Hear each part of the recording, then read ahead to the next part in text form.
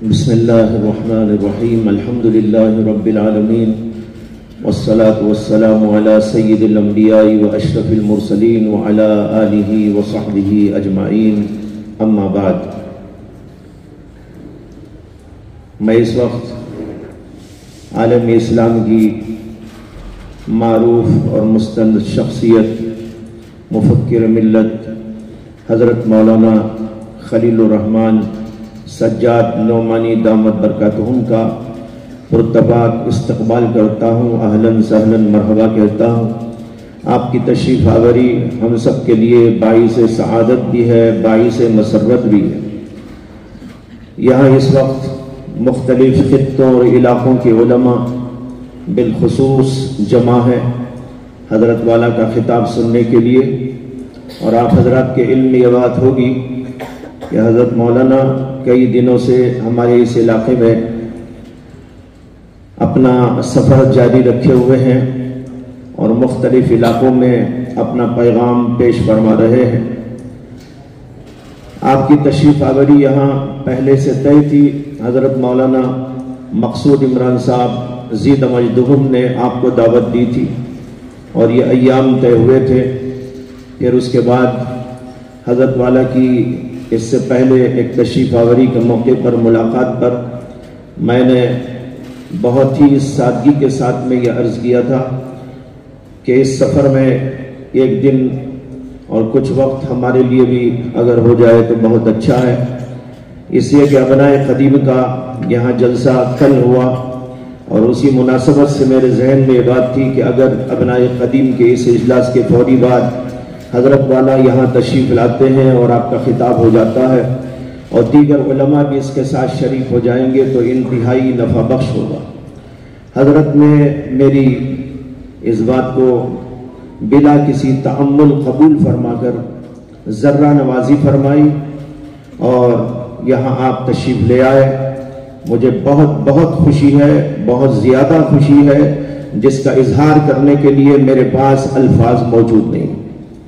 اس سے پہلے بھی بارہا حضرت والا کی تشریف آوری ہمارے ادارے میں ہوئی ہے، غالباً 2-2.5 سال پہلے بھی یہاں پر آمد ہوئی اور اس سے پہلے بھی مختلف مواقع پر مختلف مناسبتوں سے الحمدللہ آپ کی آمد کا سلسلہ اور تعلق اور اس ادارے کے لیے دعائیں برابر جاری ہیں۔ میں اس آپ کی آمد کو اپنے لیے، اپنے ادارے کے لیے، اپنے اساتذہ کے لیے، اپنے تمام اراکین کے لیے اور تمام شہر والوں کے لیے اور سب آپ حضرات کے لیے باعث سعادت سمجھتا ہوں اور دعا کرتا ہوں کہ اللہ تعالیٰ آپ کو صحت کاملہ عطا فرمائے، تادیر آپ کا سایہ ہم پر قائم فرمائے اور آپ سے استفادے کی امت کو توفیق عطا فرمائے۔ کئی دنوں سے یہاں پر سلسلہ جاری ہے اور اس میں ماشاءاللہ مختلف قسم کے لوگوں کے لیے مجالس کا انعقاد ہوا۔ حضرت مولانا مقصود عمران صاحب کی سرپرستی میں اسٹوڈنٹس کے لیے اور عورتوں لڑکیوں کے لیے اور مختلف جو ہے طبقات کے لیے اور کامیاب جلسے ہوئے اور آج یہاں پر علماء کرام جمع ہیں۔ میں آپ سب حضرات کا بھی استقبال کرتا ہوں جو یہاں پر تشریف لائے ہیں مختلف علاقوں سے، اور حضرت والا کے خطاب کے لیے آپ سب بے چین ہیں۔ میں زیادہ وقت لیے بغیر آپ سب حضرات کا استقبال کرتے ہوئے اور دعا کرتے ہوئے کہ اللہ تبارک و تعالیٰ اس اجلاس کو قبول فرمائے اور حضرت جو پیغام ہم سب کو اور امت کو دینا چاہتے ہیں وہ ہم غور فکر کے ساتھ میں سنیں اور پھر اس پر عمل کے لیے اپنے اندر جذبہ پیدا کریں اور کام کرنے کے لیے کچھ طریقے اور سبیلیں پیدا فرمائیں اور اس کے لیے تگ و دو اور محنت اور مجاہدہ کریں، اس لیے کہ کوئی بھی بات صرف سن کر چلے جانے سے کوئی کامیابی نہیں مل سکتی جب تک کہ ہم عملی طور پر اس سلسلے میں آگے نہ بڑھیں۔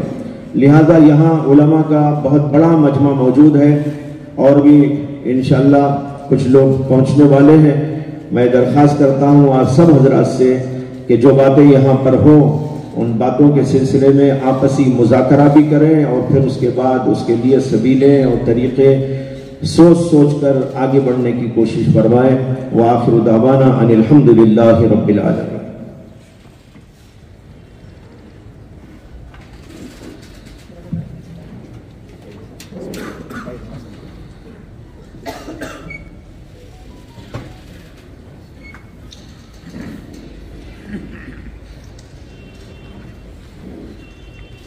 الحمد لله وكفى وسلام على عباده الذين اصطفى أما بعد أعوذ بالله من الشيطان الرجيم بسم الله الرحمن الرحيم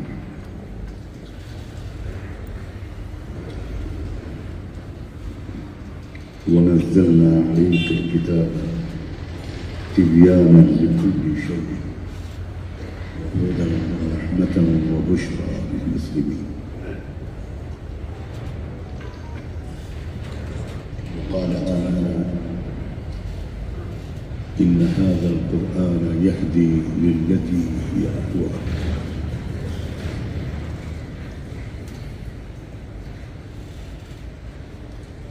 سبحان ربك رب العزة عما يصفون وسلام على المرسلين والحمد لله رب العالمين.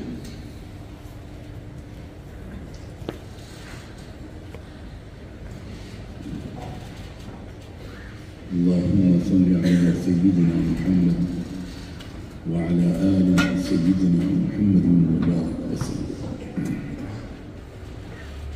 اللهم صل على سيدنا محمد وعلى آل سيدنا محمد وبارك وسلم.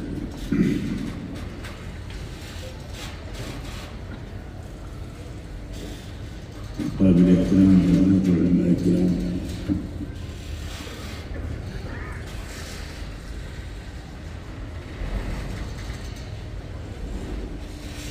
والعزيز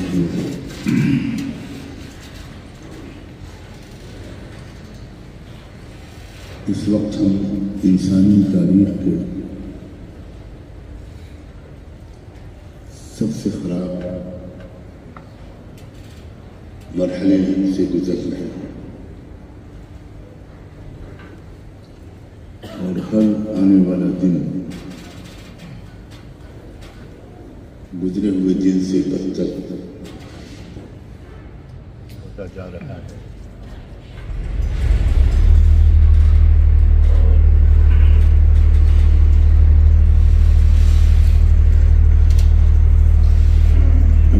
کچھ مدت تک بظاہر ابھی فتنہ و فساد کے بڑھنے ہی کے آثار،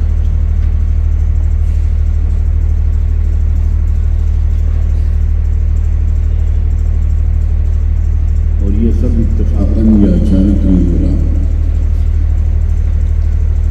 دنیا کی اور قوموں کو خبر نہ ہو تو یہ بات سمجھ میں آتی ہے، لیکن امت محمدیہ اس سے بے خبر ہو، یہ ناقابل فہم بات ہے. اور اس سے بھی زیادہ غم انگیز اور فکر انگیز بات یہ ہے کہ امت کے علماء کی اکثریت بھی اس سے واقف ہے. اس کی وجہ یہ ہے کہ چونکہ رحمت دو عالم خاتم النبیین صلی اللہ علیہ وآلہ وسلم قیامت تک کے لیے ایک رہنمائی لے کر بھیجے گئے ہیں، تو اس لیے آپ نے قیامت تک آنے والے حالات کی بڑی تفصیلی خبر دی ہوئی.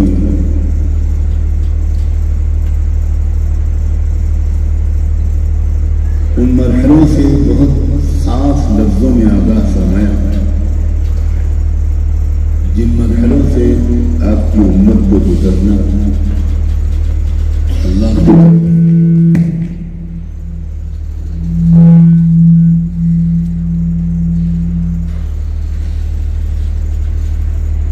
جن مرحلوں سے امت کے لیے گزرنا اللہ کی طرف سے مقدر تھا، تو ان مرحلوں سے بڑی تفصیل سے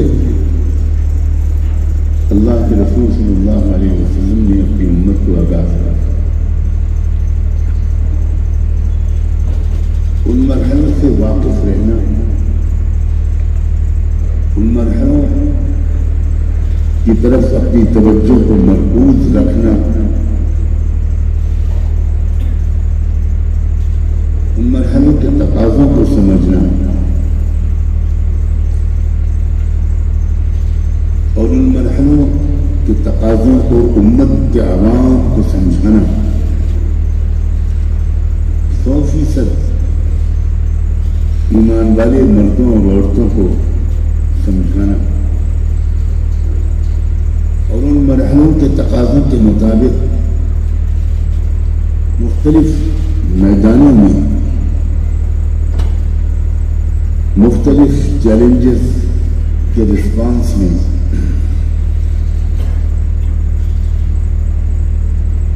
امت کی رہبری کرنا، فکر و تشویش سے امت کو محفوظ رکھنا، اطمینان اور اعتماد ہر مسلمان کے دل میں رہے، اس کی بھرپور کوشش کرنا یہ علماء کا فرض اساسی اور فریضہ اولی ہے۔ لیکن یہ دیکھ کر بہت فکر ہوتی ہے اور افسوس ہوتا ہے، تشویش ہوتی ہے کہ ہمارے اکثر علماء غالباً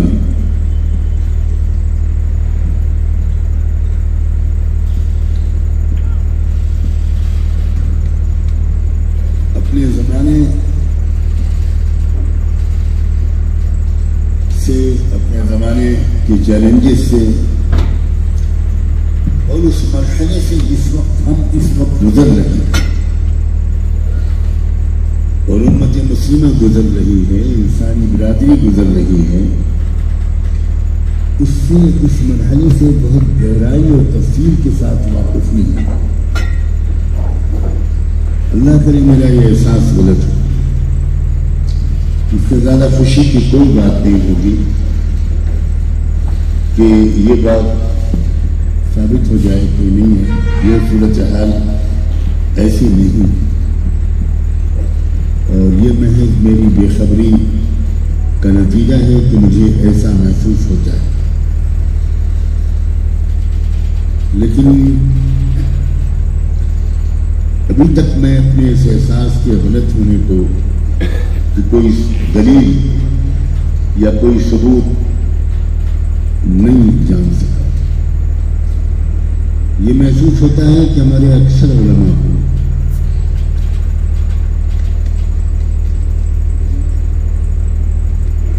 اس مرحلے کا گہرا علم نہیں ہے، استحضار نہیں ہے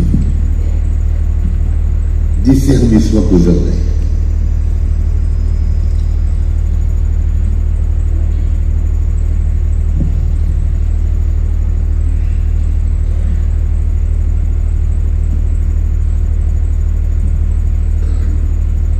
اور اس وجہ سے امت کو جو رہنمائی ہماری طرف سے مسلسل ملتی رہنی چاہیے، اس میں کمی نظر آتی ہے۔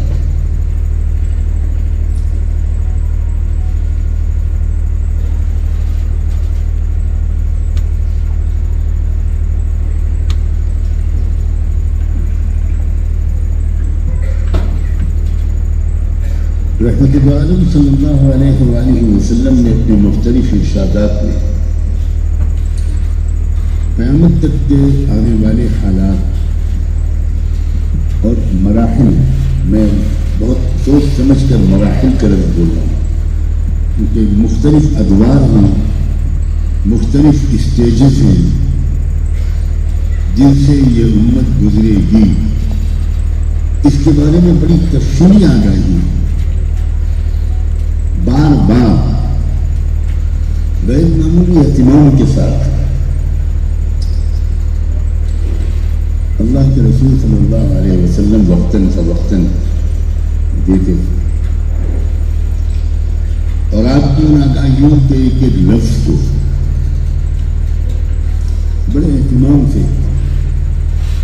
کرام نے محفوظ کیا، اگلی نسل کو منتقل کیا، اور انہوں نے اپنی اگلی نسل کو منتقل کیا، یہاں تک کہ وہ ساری ارشادات اور آگاہیاں ہم تک پہنچی۔ اور زیادہ تر ہمارے محدثین نے، اللہ ان کے درجے بلند فرمائے، ان ارشادات اور آگاہیوں کو کتاب الفتن، کتاب الملاحم جیسے عنوانات کے تحت مدون اور مرتب کرنا۔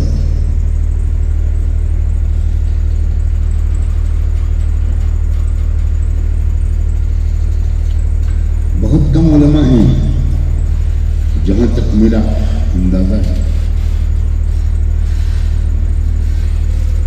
جنہوں نے اس موضوع پر خاص طور پر کام کیا، ان احادیث کو مرتب اور جمع کر کے امت کے سامنے پیش کیا۔ ہمارے حضرت مولانا مفتی شعیب اللہ صاحب بھی انہیں موجود چند اہل علم میں سے ایک ہیں میرے خیال۔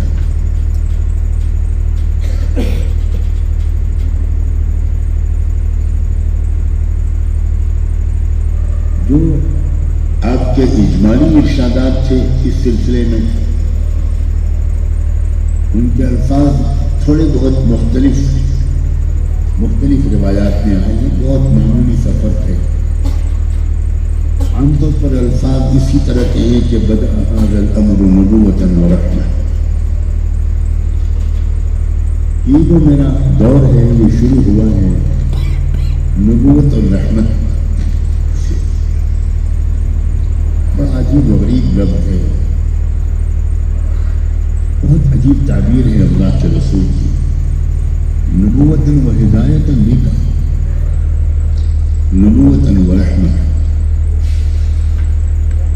یہ دور جو ہے اس میں نبوت اور نبوت کے ساتھ انسانیت پر شفقت، خیرخواہی، محبت، پیار، اس کا غلبہ ہوگا، اس کی ہوائیں چلیں گی، اور اس کے پھل، اس کے ثمرات، اس کے خوبصورت نتیجے پوری انسانیت کو ملیں گے۔ اس کے بعد خلافت کا دور آئے گا، اور خلافت کے ساتھ بھی آپ نے رحمت کے لفظ کو جوڑا، یلیہا خلافت و رحمت، کہ اس دور میں بھی انسانیت کو بہت محبت ملے گی، خیرخواہی ملے گی، غلامی سے چھٹکارا ملے گا، انصاف ملے گا، امن ملے گا، مساوات اور برابری ملے گی۔ جو نسلیں ذلیل سمجھی جاتی تھیں وہ معزز بنیں گی، محروموں، مظلوموں، محکوموں کو ان کے حقوق ملیں گے۔ اور تاریخ نے اس کو دکھا دیا کہ خلافت کے دور میں دنیا کی دو بڑی طاقتیں، وہ جس طرح کروڑوں انسانوں پر ظلم کر رہی تھیں، اس ظلم سے ان کو چھٹکارا ملا۔ من جور الادیان الى عدل الاسلام، انصاف ملا، امن ملا، برابری ملی، عزت ملی، احترام انسانیت کا ایک نیا ذائقہ چکھا صدیوں کے بعد، یا اللہ جانے کتنے 100 سال کے بعد سسکتی ہوئی انسانی برادری۔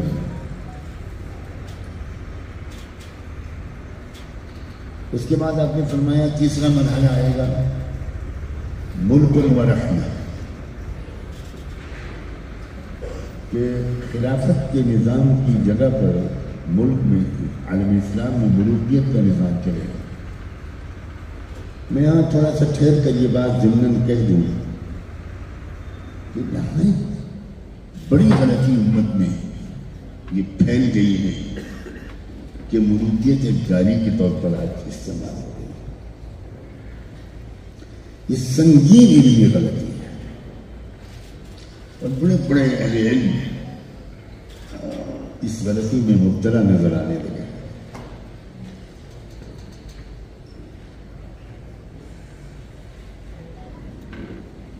خلافت راشدہ یا خلافت کاملہ اس کو کہتے ہیں کہ رسول اللہ صلی اللہ علیہ وسلم کے ذمے جو دو کام تھے، ایک تو جس کو ہم دینی شعبہ سمجھتے ہیں، تلاوت کتاب، تلاوت آیات، دعوت اللہ، تعلیم کتاب و حکمت، تزکیہ نفوس، روحانی تربیت، اخلاقی تربیت. یہ ایک شعبہ تھا جو اللہ کے رسول کے سپرد تھا صلی اللہ علیہ وآلہ وسلم. اور دوسری طرف امور مملکت کا انتظام، حکمرانی، عدالتوں کا قیام، مقدموں کا تصفیہ.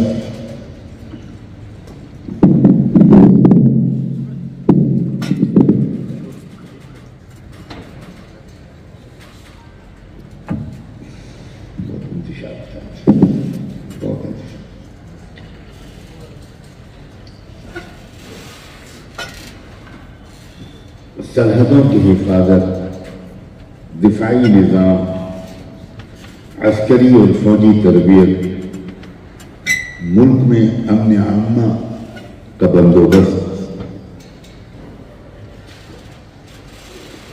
قانون کا نفاذ، حدود کا جاری کرنا، یہ جو مملکتی اور حکومتی انتظامات ہوتے ہیں یہ بھی رسول اللہ صلی اللہ علیہ وسلم کی ذمہ داری تھی.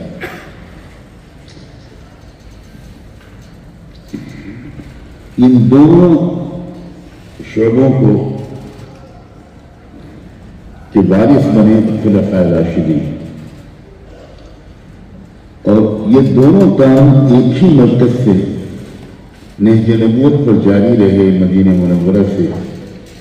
یہ خلافت راشدہ ہے، اور حضرت امام شاہ ولی اللہ رحمۃ اللہ علیہ کی تعبیر میں یہ خلافت کاملہ ہے. اس کے بعد یہ دونوں شعبے یہ تقسیم ہو گئے، اور اللہ کے رسول صلی اللہ علیہ وسلم نے خود اشارہ فرمایا تھا کہ الخلافۃ بعدی 30 سنہ، سنن ابی داؤد کی روایت. اور یہ بھی ارشاد فرمایا تھا کہ الخلافۃ بالمدینہ والملک بالشام، کہ خلافت کاملہ راشدہ یہ مدینے میں رہے گی اور اس کے بعد تقسیم ہو جائے گی. حضرت شاہ ولی اللہ رحمۃ اللہ علیہ کی تعبیر میں خلافت ظاہرہ کا مرکز شام میں منتقل ہو جائے گا، دمشق میں، اور خلافت باطنہ کا مرکز مدینہ منورہ ہی رہے گا. یہ گویا یہ جو خلافت ظاہرہ ہے اس کو ملوکیت کہا گیا، ملک کہا گیا، لیکن اس کے ساتھ رحمت کا لفظ جوڑا اللہ کے رسول نے. بہت افسوس کی بات ہے کہ اس سلسلے کی اکثر روایات میں ملک و رحمت کا لفظ ساتھ ساتھ آیا ہے.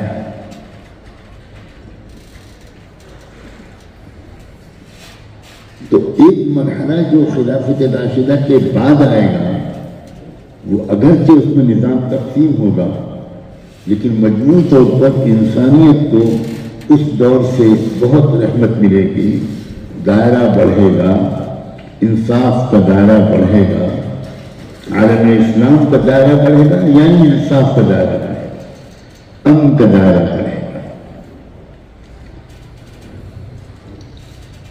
اس کے بعد ایک دور آئے گا جس میں آپ نے فرمایا کہ ملک عاقن شروع ہوگا. پہلا دور وہ ہے، اس کے بعد پھر ملک عام، پھر کہیں ملک عبور کے الفاظ، پھر ایک مرحلہ آئے گا کہ ملک جبریہ، بہت ہی ظلم و تشدد کا، دہشت گردی کا، ریاستی دہشت گردی کا دور ہے۔ میں اس حدیث کی تفصیلی تشریح کرنا میرا اس وقت قطعاً ارادہ نہیں تھا۔ میں یہ بتانا چاہ رہا ہوں کہ امت مسلمہ کو پوری طرح آگاہ کر دیا گیا تھا کہ ایسا دور آئے گا، اور میں پیشین گوئیوں کا لفظ نہیں بول رہا ہوں، آگاہی کا لفظ بول رہا ہوں۔ بہت فرق ہے دونوں لفظوں میں۔ افسوس یہ ہے کہ ہمارے معاشرے میں اردو میں پیشین گوئی کا لفظ آ گیا، بہت فرق ہے۔ اللہ کے رسول صلی اللہ علیہ وسلم نے ہم کو آگاہ کیا، وارننگ دی تھی، انی لکم منہ نذیر مبین، اور یہی آگاہی دیتے رہنا یہ علماء کی ذمہ داری ہے۔ فلولا نفر من كل فرقة منهم طائفة ليتفقهوا في الدين ولينذروا قومهم إذا رجعوا إليه۔ اب جب علماء ہی کو استحضار نہیں ہوگا کہ کس دور میں کس سلسلے کی آگاہیاں دینی، تو امت مسلمہ کی غالب اکثریت بالکل بے خبر رہے گی، اسے نہیں معلوم ہوگا کہ ہم کس دور میں جی رہے ہیں۔ اسے ایسا لگے گا کہ یہ سب کیا ہو رہا ہے۔ اگر اس کو یہ معلوم ہوتا کہ یہ وہی ہو رہا ہے جو اللہ کے رسول نے بتایا تھا، تو ما زادہم الا ایمانا و تسلیما کی کیفیت ہوتی، یقین بڑھتا نبوت محمدی پر، یقین بڑھتا اسلام کی صداقت پر، خوف، مایوسی، تشویش یہ جو عام مسلمانوں میں اس وقت نظر آ رہی ہے، اس کی وجہ یہ ہے کہ عام مسلمانوں کو نہیں بتایا بتانے والوں نے اکثر کہ بھئی یہ تو وہی ہو رہا ہے جو اللہ کے رسول نے پہلے سے بتایا تھا۔ ھذا ما وعدنا اللہ ورسولہ۔ صحابہ کرام کا جو ریئیکشن ہوتا تھا، صحابہ کا جو رد عمل ہوتا تھا دشمنوں کی سازشوں کے بڑھتی ہوئی خبروں کا، تو صحابہ گھبراتے اور ڈرتے بالکل نہیں تھے۔ صحابہ یہ کہتے تھے کہ ھذا ما وعدنا اللہ ورسولہ۔ جب صحابہ سے کہا جاتا تھا کہ ان الناس قد جمعوا لکم فاخشوہم، ارے طاقتیں اکٹھا ہو رہی ہیں تمہارے خلاف، قبیلے قومیں وہ تمہارے خلاف اب اپنے آپسی اختلافات کو ختم کر کے تمہیں کچل دینے کے ارادے سے بالکل اکٹھا ہو رہی ہیں۔ جب صحابہ سے تو یہ کہتا تھا اور یہ بھی کہتا تھا کہ فخشوہم، اب ذرا یاد رکھو، ڈرو، خوف کھاؤ، تو صحابہ کا تاثر کیا ہوتا ہے؟ فزادہم ایمان، وہ دشمنوں کے بڑھتے ہوئے حملوں اور قدموں اور بگڑتے ہوئے ارادوں کو دیکھ کر ان کا ایمان یقین بڑھتا ہے، اور وہ کہتے تھے ھذا ما وعدنا اللہ ورسولہ، یہ تو ہم کو اور یقین ہمارا مضبوط ہو گیا، اس لیے کہ وہی ہو رہا ہے جو اللہ اور اللہ کے رسول نے ہم کو بتایا تھا۔ کاش کہ اس وقت مسلمانوں کی یہ قلبی اور نفسیاتی کیفیت ہوتی، اور کاش کہ عام ایک ایک مسلمان کی یہ والی قلبی اور نفسیاتی کیفیت کے بنانے میں ہم علم کی طرف منسوب لوگ اپنا کردار ادا کرتے۔ ہم میں سے اکثر تو مجسم سوال بنے ہوئے ہیں، جن کو امت کو جوابات دینے تھے ان کے سوالوں کے، وہ خود مجسم سوال بن گئے۔ یہ بہت لمحہ فکری ہے۔ مراحل کی تعلیم، کس مرحلے سے امت گزر رہی ہے، اس سے واقفیت بصیرت کے ساتھ، گہری ایمانی سمجھ کے ساتھ یہ علماء کے لیے تو شاید فرض عین ہے.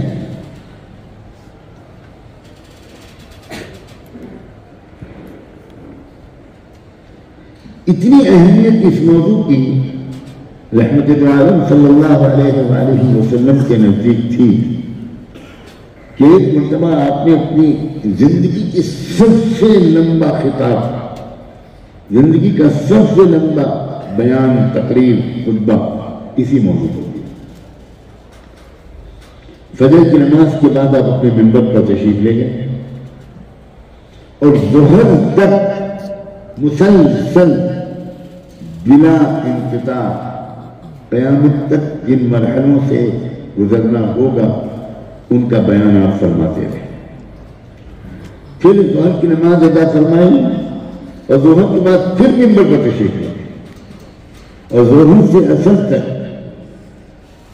قیامت تک میری امت کن مرحلوں سے گزرے گی اسی کا بیان کو آپ نے جاری رکھا.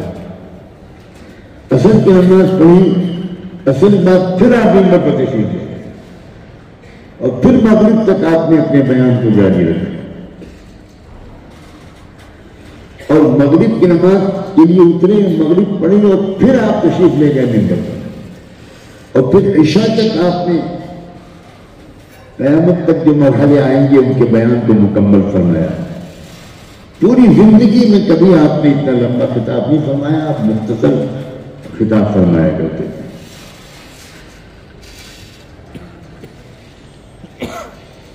سیدنا حذیفہ رضی اللہ عنہ بیان کرتے ہیں بڑے عجیب الفاظ میں آپ کے اس پورے تفصیلی خطاب کا حال. بلکہ اس بہتر یہ ہے کہ حضور نے نام تک لے لیے کہ جن جن ناموں والے لوگ امت کے اندر فکری، مذہبی، عقائدی انحرافات پھیلائیں گے، نام تک لے لیے.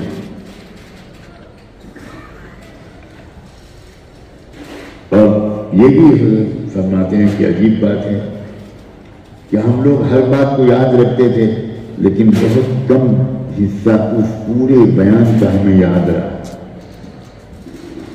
اللہ کی حکمتیں عجیب.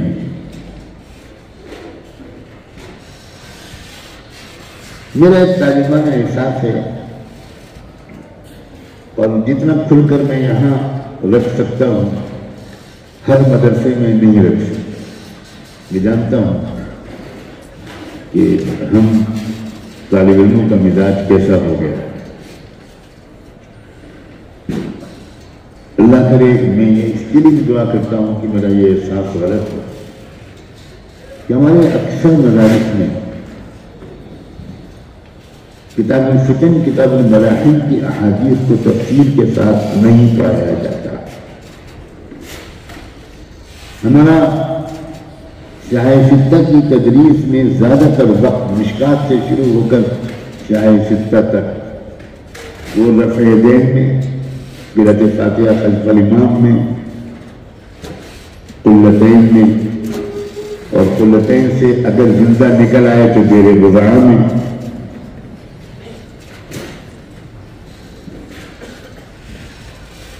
طہر متخلل بین الدمین میں، پورا سال ہمارا اس میں گزرا.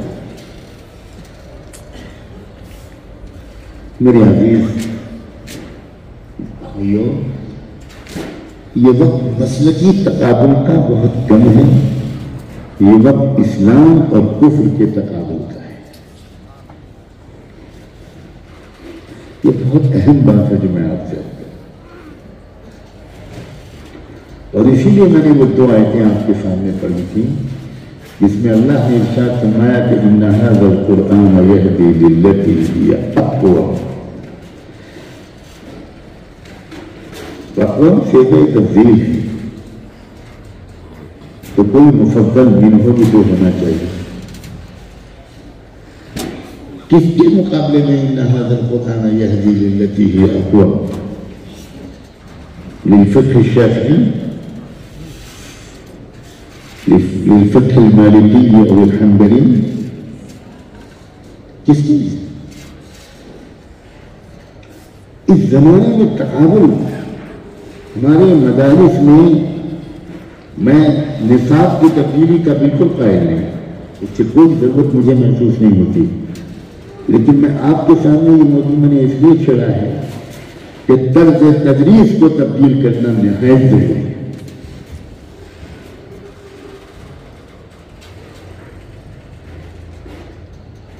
آپ جب کتاب الطہارہ پڑھائیں تو کتاب الطہارہ کے پڑھانے سے پہلے اب ایک تمہیدی گفتگو فرمائیں اور اپنے عزیز طلبہ کو سمجھائیں کہ دیکھو طہارت کے بارے میں ملت ابراہیمی اور شریعت محمدی نے کتنی بلند پایا ہدایات دی، کتنی نفاست ہے اس شریعت محمدی اور ملت ابراہیمی کے مزاج میں، اور اقوام عالم کے پاس کہیں بھی طہارت کا تصور نہیں۔ یہ سمجھائیں اپنے طلبہ تاکہ اسلام پر ان کا یقین و اعتماد بڑھے اور غیر اسلامی تہذیبوں اور باطل مذاہب کے بارے میں ان کے دل میں صحیح معلومات آئیں اور ان کے دل کی گہرائیوں سے ہر سبق میں نکلے کہ الحمدللہ الذی ہدانا لہذا وما كنا لنهتدي لولا ان هدانا الله لقد جاءت رسل ربنا بالحق۔ ہمارے ملک میں جانتے ہیں طہارت کا تصور کیا ہے؟ تھوڑی دیر کے لیے ہمارے طلبہ کم سے کم ہنس لیں، علماء تو سنجیدہ ہوتے ہیں۔ ہمارے ملک میں طہارت کا تصور یہ ہے کہ پیشاب کرو اور ایک دھاگا کان کے ارد گرد یہاں ڈال دو۔ اب میں میڈیکل سائنس کا طالب نہیں ہوں، کان کا پیشاب کے مقام سے کیا تعلق ہے یہ آج تک مجھے تو سمجھ میں نہیں آیا، کوئی ڈاکٹر بتا دیا تو میں اس کا احساس ہوں۔ یہ طہارت ہے، یہ اس قوم کا تصور ہے جو کہتی ہے کہ ہم کیا ہیں اور کیا ہیں اور کیا ہیں اور کیا ہیں، ماشاءاللہ یہ ہے طہارت۔ اب آئیے انگریز اور مغربی اقوام پر، جن کو مدرسے کے طلبہ تو شاید اتنی مروریت سے نہیں دیکھتے، لیکن دوسرے تعلیمی اداروں کے طلبہ یا بازاری لوگ، وہ کوئی گورا انگریز اگر نظر آتا ہے تو اپنا کام چھوڑ کر اس کو دیکھنے لگتے ہیں، اس کی پھٹی ہوئی پینٹ کو دیکھتے ہیں، جو کہ نیا فیشن ہے۔ اب پینٹ یہاں گھٹنوں سے پھٹ جاتی ہے۔ جب شروع میں نے دیکھا تو مجھے بڑا وہم آیا کہ کوئی بہت غریب لوگ آئے ہیں، اور دل چاہا کہ مفتی شرمیلہ صاحب سے درخواست کروں کہ کچھ چندہ ملوا دیجیے، اس کا پینٹ بیچارے کا پھٹ گیا ہے۔ یہ فیشن ہے، ماشاءاللہ۔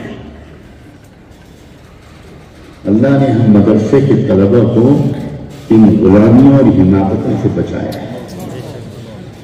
ہم بالکل آزاد ہیں، جو لباس ہمیں سوٹ کرتا ہے موسم کے لحاظ سے، سنجیدگی اور وقار کے لحاظ سے، ہم وہ اپنے انتخاب سے لباس پہنتے ہیں، کسی کو دیکھ کر نقل کرنے والے بندر کی اولاد نہیں ہے۔ یہ معمولی تحفہ نہیں ہے جو علم دین اور مدرسے کی تعلیم و تربیت ہمیں دیتی ہے۔ عزیز طلبہ، فخر کرو اپنی قسمت پر، ناز کرو اپنے نصیب پر، اور شکریہ ادا کرو اپنے والدین پر کہ انہوں نے تم کو پاک صاف ماحول میں اپنی جوانی کے بہترین دن گزار کر ایک سلیقہ مند، مہذب، شائستہ اور پاک صاف انسان بنانے کا فیصلہ کیا۔ پورے یورپ میں اور پورے امریکہ میں کہیں کسی ٹوائلٹ کے اندر پانی کا انتظام نہیں ہوتا، جانتے ہیں؟ ٹوائلٹ بیت الخلاء کے اندر پانی کا انتظام نہیں ہوتا۔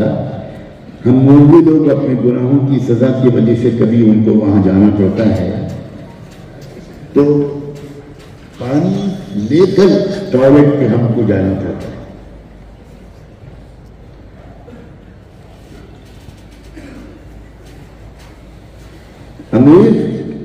جانتے ہی نہیں کہ بیت الخلا کرنے کے بعد پانی کا بھی استعمال ہوتا ہے. وہ ٹوائلٹ پیپر استعمال کرتے ہیں، ٹیشو پیپر استعمال کرتے ہیں. مہذب لوگوں کے سامنے تو مجھے یہ مضمون چھیڑتے ہوئے تھوڑی سی بدبو آ رہی. اتنا لگائے ہوتے ہم دونوں تو ذرا مشکل ہے. یہ ہے ماشاءاللہ انگریز.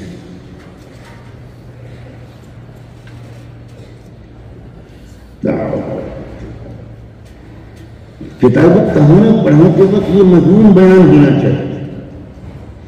یہ نہیں کہ پہلی سطر سے ہی خلاف لشافعی اور خلاف لمالک اور خلاف لاحمد اور خلاف لمحمد اور خلاف لابی یوسف شروع ہو جاتا ہے. میں پوری صراحت سے گستاخی کرتے ہوئے کہنا چاہتا ہوں ہماری طرز تدریس کو بدلنا چاہیے. اس دور میں تقابل نہیں ہے حنفی شافعی سے کہتا. 200 سال تک ہم فقہ حنفی کی ترجیح کو ثابت کرتے رہیں، انشاءاللہ ایک بھی شافعی حنفی نہیں بنے گا. اور میری خواہش ہے کہ نہ بنے. وہ بالکل صحیح راستے پر چل رہا ہے. 200 سال تک کوئی شافعی استاد فقہ شافعی کی ترجیح کو ثابت کرتا رہے، انشاءاللہ ہم حنفی کبھی شافعی نہیں بنے. کیا جہاد فی غیر جہاد ہو رہا ہے؟ عربی تعبیر میں کہتے ہیں جہاد فی غیر جہاد. جہاں نہیں زیادہ محنت کرنی چاہیے وہیں ساری محنت ہماری سخت ہو رہی. اور ہمارے عزیز طلبہ کو معلوم ہی نہیں. کتاب الوضو جب ہم پڑھانا شروع کرتے ہیں تو اس وقت ہم کو تفصیلی گفتگو کرنی چاہیے، شروع میں بھی اور درمیان میں بھی، کہ بیع و شرع، خرید و فروخت، اس کے جو اسلامی احکام ہیں، اس نے فطرت انسانی کا، عدل کا، انصاف کا، لا ضرر ولا ضرار والے قاعدے فقہیہ کا کس قدر زبردست انطباق ہے.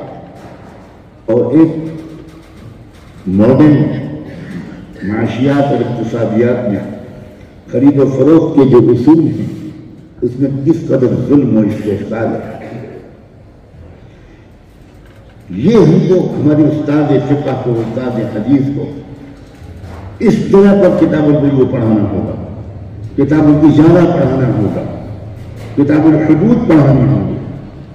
کہ کرمنل لا جو ہے، فوجداری قانون، جرائم کی جو سزا ہے، وہ جرائم کی سزا دنیا کے انسانوں کے بنائے ہوئے قانونوں نے کیا رکھی ہے اور اسلام نے کیا رکھی ہے.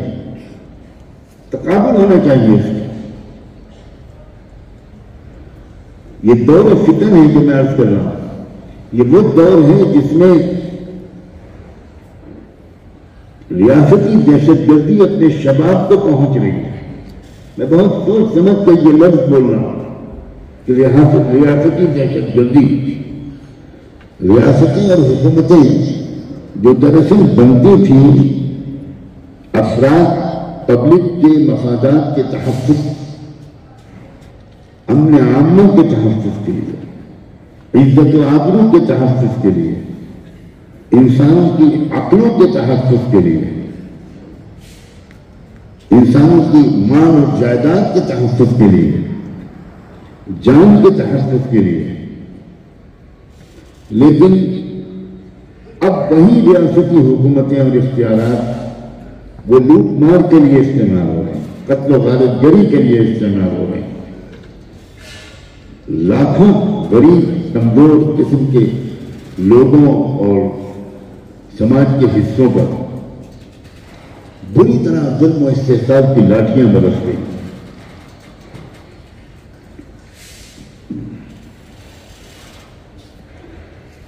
تو ہمارے مدرسے کے پڑھنے والے عزیز خوش نصیب طلبہ کو ان چیلنجز کے مقابلے کے لیے ذہنی، عقلی، نفسیاتی طور پر تیار کرنا یہ ہمارے مدارس کا فرض ہے.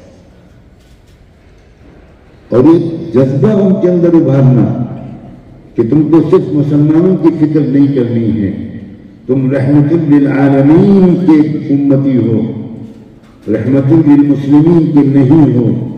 تم رب العالمین کے بندے ہو، تم رب المسلمین کے نہیں ہو. اور جو جس قرآن پر تم ایمان رکھتے ہو وہ صرف مسلمانوں کی ہدایت کے لیے نہیں آیا، ان هو الا ذکر للعالمین۔ اس لیے تم ملک کی بھی فکر کرو، ملک کے سماج کو ظلم سے نکالنے کا سلیقہ بھی سیکھو، سمجھو کہ ہم پر ذمہ داری کیا ہے اور اپنی ذمہ داری کی ادائیگی ہم کن مراحل سے گزرتے ہوئے بتدریج کر سکتے ہیں۔ اس لیے کہ سماج کو ظلم سے نکال کر انصاف کی ٹھنڈی چھاؤں میں لانا یہ امت محمدیہ کا اجتماعی فریضہ ہے۔ میں لفظ فرض کفایہ استعمال نہیں کروں،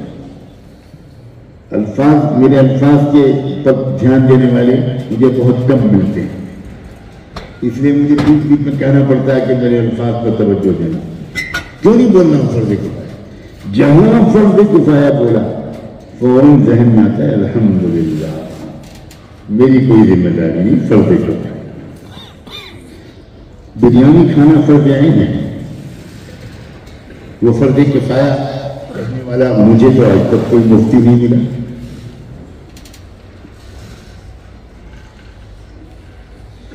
اس میں تو سدس اور سلس کی تقسیم ہوتی، وراثت کی طرح۔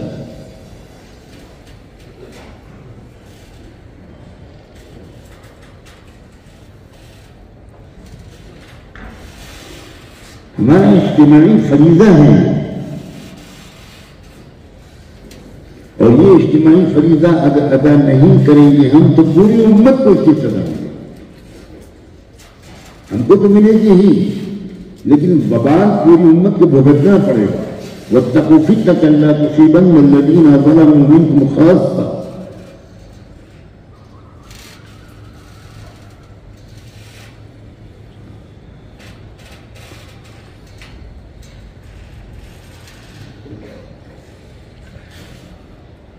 سب سے زیادہ جو دکھ ہوتا ہے وہ یہ کہ ہمارے اکثر مدارس میں قرآن مجید کو جس اہمیت کے ساتھ تدبر کے ساتھ ایک زندہ رہنمائی کی کتاب کی حیثیت سے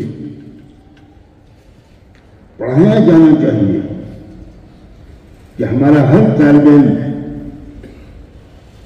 کم سے کم اجمالی طور پر دور تعلیمی میں اس کا دل دماغ اس یقین سے معمور ہو جائے کہ قرآن انتہائی تر و تازہ اور زندہ کتاب ہے۔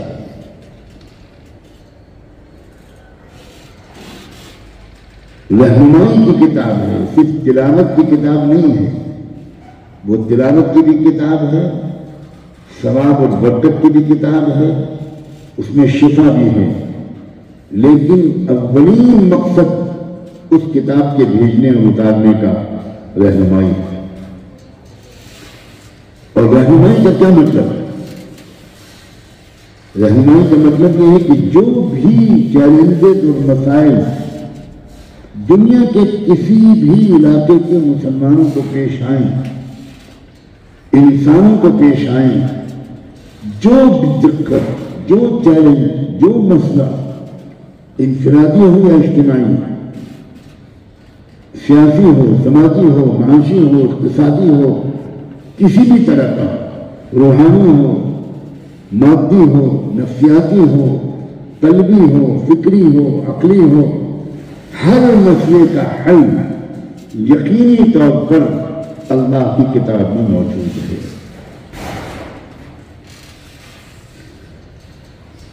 میں تو اکثر سمجھانے کے لیے یہ بھی کہتا ہوں کہ آج مثلاً 18 دسمبر سن 2023 ہے، آج کے دن جو نئے مسئلے پیش آئے پوری دنیا کے ایک ایک انسان کے ساتھ، ایک ایک مرد، ایک ایک عورت، ایک ایک کسان، ایک ایک مزدور، ایک ایک دیہاتی، ایک ایک شہری، ایک ایک تاجر، ایک ایک جوان، ایک ایک بوڑھے، تمام انسان کے تمام مسائل کا جو آج پیش آئے ان انسانوں کے ساتھ ان کا حل قرآن میں موجود ہے۔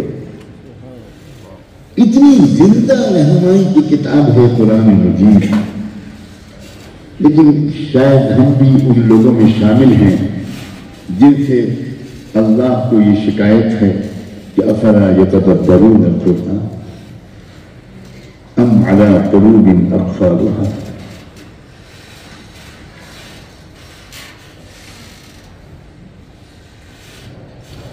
ہم اجتماعی چیلنجز اور حالات اور مسائل کے لیے جو امت کو آج پیش آ رہے ہیں ان کے لیے ہم صحافیوں کی طرف رجوع کرتے ہیں، سیاستدانوں کی طرف رجوع کرتے ہیں، نہیں رجوع کرتے تو قرآن کی طرف رجوع کرتے اکثر و بیشتر، یقیناً استثناءات ہیں، لیکن جتنی بڑی تعداد میں ہم طالب علموں کو ہر وقت قرآن پر غور کرنا چاہیے، ہر مسئلے کے سلسلے میں ہمیں صرف پہلے قرآن کی طرف رجوع کرنا چاہیے۔ اس میں کوتاہی ہو رہی ہے، بہت کمی ہو رہی ہے۔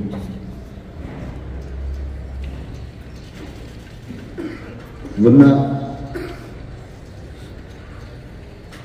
یہ جو صورتحال اس وقت ہے یہ امت کی بالکل نہ ہوتی اگر قرآن مجید ایک زندہ رہنمائی کی کتاب کی حیثیت سے ہمارے سامنے ہر وقت رہتا، انفرادی غور و فکر کا سلسلہ بھی رہتا، اجتماعی غور و فکر، مشاورت، تدبر، مذاکرے کا بھی سلسلہ رہتا، تو یہ صورتحال نہ ہوتی جو آج۔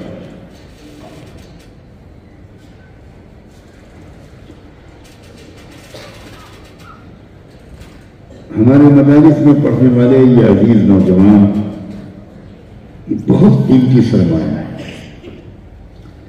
بہت قیمتی لوگ ہیں، یہ امت کی امانت ہے۔ اگر واقعی ان کی صحیح تعلیم و تربیت ہو جائے اور ان کے ذہن میں یہ بات بھی بیٹھ جائے کہ مدرسے سے فارغ ہونے کے بعد جو سند ہم کو ملے گی وہ سند ہمارے کامل عالم ہو جانے کی دلیل بالکل نہیں۔ اس کے بعد ہم کو لازمی طور پر میدانی تربیت لینی ہوگی، مرد کار بننے کے لیے سرگرم عمل، اہل دل، اہل تقوی، اہل علم و ذکر کسی رہبر کو تلاش کرنا ہے، اس کی صحبت میں سفر و حضر میں کچھ وقت گزارنا ہوگا، شب روز اس کی فکر مندیوں اور مشغولیتوں کو دیکھنا ہوگا۔ اس کے بغیر جو لوگ مسجد کی امامت اور خطابت سنبھال لیتے ہیں اور مدرسے کی تدریس سنبھال لیتے ہیں ان سے امت کو مکمل صحیح رہنمائی شاید نہیں ملتا۔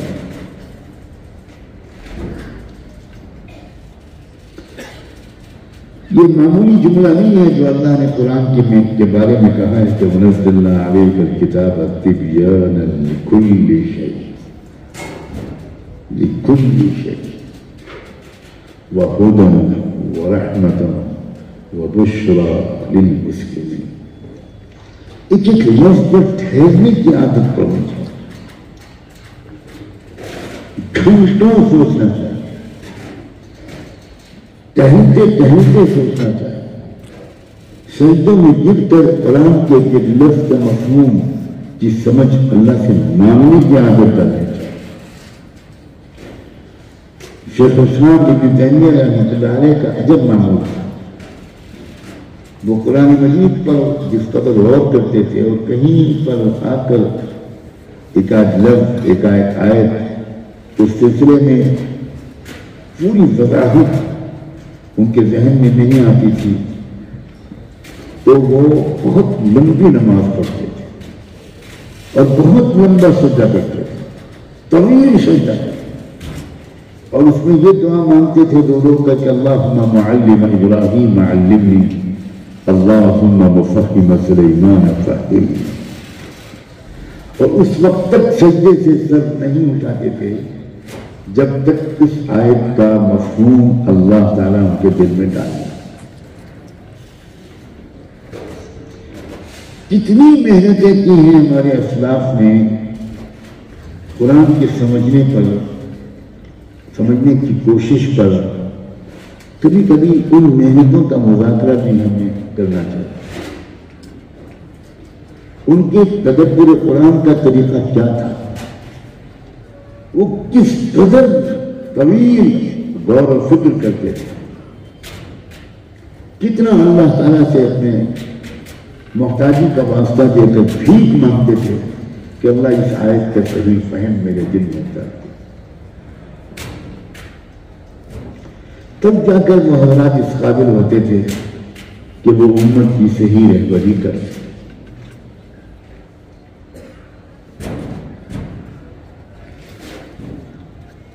ہمارے علمی یا مدرسے کے طبقے میں, علماء کے طبقے میں اگر میں گستاخی کر کے یہ لفظ بولوں تو ایک اور پہلو ہے جو قابل توجہ ہے کہ حکمت و مصلحت کے جو دو لفظ ہیں ان کا عجیب و غریب طریقے کا استعمال ہوا ہے. حکمت و مصلحت کے حوالے سے ہم حق بولنے اور بے باقی کو چھوڑ دیں. کلمت حق عند سلطان جائز, اس کو چھوڑ دیں. مجھے بہت حیرت ہوتی ہے جب میں سوچتا ہوں کہ کیا امام ابو حنیفہ کو حکمت و مصلحت نہیں معلوم تھی, جس کی وجہ سے وہ صرف اس وجہ سے کہ انہوں نے حکومت کے اصرار کے باوجود چیف جسٹس کا عہدہ, رئیس القضاء, قاضی القضاء کا عہدہ قبول کرنے سے انکار کر دیا تھا, صرف اس جرم میں ان کو گرفتار کر کے جیل میں ڈال دیا گیا. اور جیل میں کیا سلوک ان کے ساتھ ہوا اس بات بیان کرنا بھی مشکل ہے. اور وہی جیل کا تشدد ان کی وفات کا سبب بنا. امام شافعی رحمۃ اللہ علیہ جس جبر و تشدد کا, سرکاری اور حکومتی جبر و تشدد کا کس طرح شکار ہوئے, سزائے موت دی گئی, سنائی گئی اور یمن سے گرفتار کر کے لایا گیا.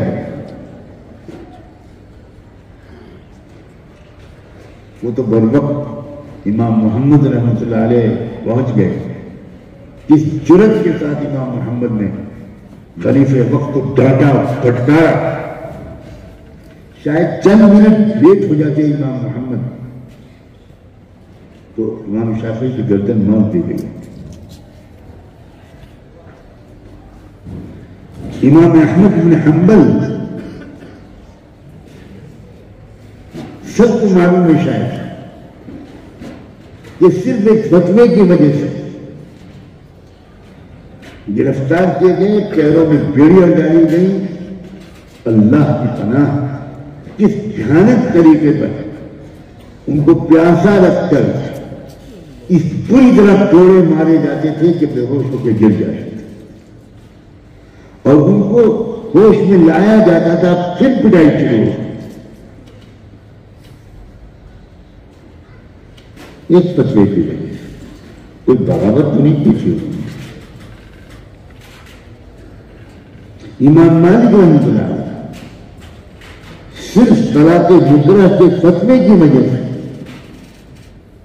ان کو خچر پر بٹھا کر ان کے منہ پر کالک گوت کر چہرے منور کو سیاہی سے پوت کر مدینے کی گلیوں اور سڑکوں میں ان کو گھمایا گیا. سلام ہو امام مالک پر کہ وہ اسی حال میں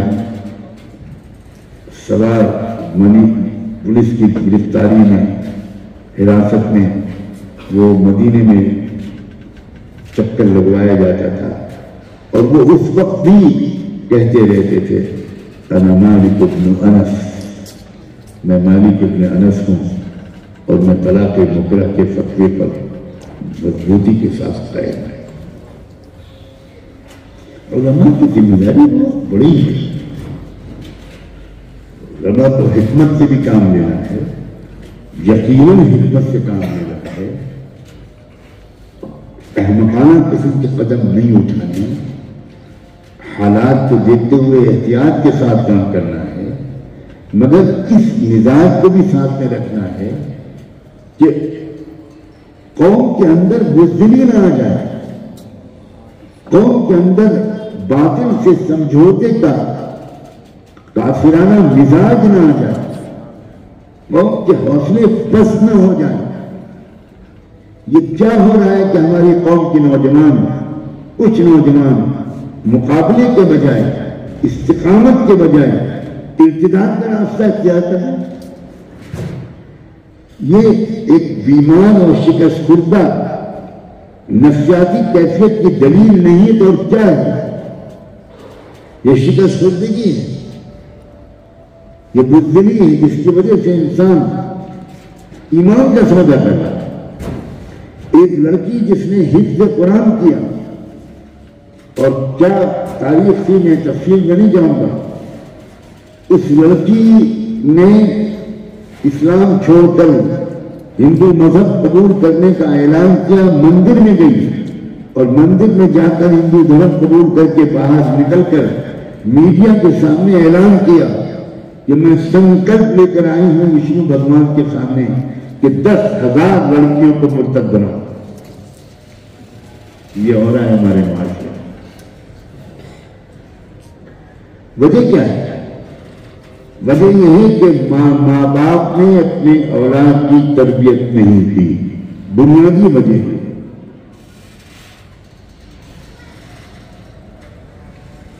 باپ مشغول ہے پیسہ کمانے میں، ماں مشغول ہے ٹی وی دیکھنے میں، باپ کی خود تربیت نہیں ہوئی، وہ اسلام کو سمجھی نہیں، سمجھائی نہیں، نہ باپ نہ ماں۔ بیٹی کو بھیج دیا اسکول کالج، ٹیوٹر لگا دیا، لڑکیاں کس کو سہیلی بنا رہی ہے ماں نے کبھی نہیں دیکھا، کس کی فیس کی دوستی ہو رہی ہے، اپنے موبائل کو یہ کیسے استعمال کر رہی ہے، اس کے نوٹ بک میں کیا لکھا ہے، نہ باپ نے چیک کیا نہ ماں نے، اور چاروں طرف بھیڑیے اور شکاری گھوم رہے ہیں۔ ہزاروں نوجوانوں کو تربیت دی جا رہی ہے، میں ذاتی براہ راست معلومات کی بنیاد پر اور ریکارڈ یہ بات کہہ رہا ہوں، لاکھوں نوجوانوں کو تربیت دی جا رہی ہے، ان کو اردو پڑھائی جا رہی ہے، جو غیر مسلم نوجوان ہیں ان کو اردو پڑھائی جا رہی ہے، ان کو مسلمانوں کے ملنے جلنے کے آداب سکھائے جا رہے ہیں۔ انشاءاللہ کس موقع پر کہنا ہے، ماشاءاللہ کس موقع پر کہنا ہے، سبحان اللہ الحمدللہ کس موقع پر کہنا ہے، یہ ان نوجوانوں کو سکھایا جا رہا ہے۔ اور وہ نوجوان مسلمان لڑکیوں سے دوستی کرتے ہیں، اور وہ مسلمان لڑکی سوچ بھی نہیں سکتی شروع میں کہ یہ لڑکا مسلمان نہیں ہے، وہ فصیح اردو بولتا ہے۔ آئیے تشریف رکھیے، خیریت ہے، کیسے مزاج ہیں؟ ہاں اللہ کا شکر ہے الحمدللہ۔ وہ سمجھتی ہے مسلمان ہے، وہ قطعی گمان میں نہیں ہوتی کہ یہ مسلمان نہیں ہے۔ اور دھیرے دھیرے دھیرے دھیرے یہ ہوتا ہے کہ بھائی آئیے ذرا تھوڑی دیر بیٹھ کے ہوٹل میں چائے پئیں، آئیے پارک میں بیٹھیں۔ وہ لڑکی بیچاری برقع پوش لڑکی، وہ سمجھ کر کہ یہ بہت شریف مسلمان لڑکا ہے، کیا ہے کہ میں تھوڑی دیر بیٹھ جاؤں اس کے ساتھ۔ دھیرے دھیرے دھیرے پھر کیا ہوتا ہے، میں یہ بھی کہے بغیر یہاں سے نہیں جانا چاہتا کہ پورے ملک کے تانترک، پورے ملک کے بہت بڑے بڑے جادو سفلی کے ماہرین اس بات پر لگائے گئے ہیں، اور اس طرح وہ لڑکا لڑکی کو پان کھلاتا ہے، وہ لڑکا لڑکی کو کوئی مٹھائی کھلاتا ہے، وہ لڑکا لڑکی کو چائے کافی پلاتا ہے، اور اس کے ذریعے اس لڑکی کے دماغ پر جادو کیا جاتا ہے، اور وہ لڑکی اپنی عقل کھو بیٹھتی ہے۔ پھر تو جو لڑکا کہتا ہے وہ کرتی جاتی ہے، اسے کچھ پتہ ہی نہیں ہوتا کہ کیا ہوا۔ میری ملاقات نہیں ہے ایسی بچیوں سے، میں کوئی سنی سنائی بات نہیں کر رہا ہوں، میں نے بات کی ہے ایسی بچیوں سے، اور بات چیت کے اندازے، بات چیت سے مجھے اندازہ ہوا کہ یہ لڑکی اپنے ہوش و حواس میں نہیں، اس کے اوپر شدید قسم کا سحر ہے، اور جب تک وہ سحر زائل نہیں ہوگا اس کی سمجھ میں کوئی بات آئے گی. اور جب مصنون دعاؤں کے ذریعے اور دعا کے ذریعے اللہ نے اپنا فضل فرمایا اور اللہ نے اس بچی کے دماغ پر سے اس سحر کے اثرات کو ظاہر کیا تو وہی لڑکی 2-2.5-3 گھنٹے کے اندر اندر ایسی بدلی کہ پھوٹ پھوٹ کے رونے لگی. اور پہلے آئی تھی وہ ساری پہنی میں بندی لگائے اور اب جو میری بیٹی کے پاس 1 گھنٹے کے لیے گئی اور وہاں سے وہ برقع پہن کر میری بچی سے برقع مانگ کر برقع پہن کے آئی اور توبہ کی اور کہا مجھے بچا لیجیے مجھے بچا لیجیے. یہ ہو رہا ہے چاروں طرف. ہم عام زمانے میں نہیں ہیں, ہم میدان جنگ میں ہیں. بہت اس سے زیادہ صاف لفظ کم سے کم میں تو نہیں بول سکتا. ہم میدان جنگ میں ہیں. میں نے ابھی حال میں ایک انٹرنیشنل چینل کو انٹرویو دیتے ہوئے کہا وی آر ایٹ دا وار. وہ چونک گیا وہ نمائندہ. اس نے اگلے دن میں مجھ سے پوچھا کہ اب کیا ہے. میں نے کہا ہم حالت جنگ میں.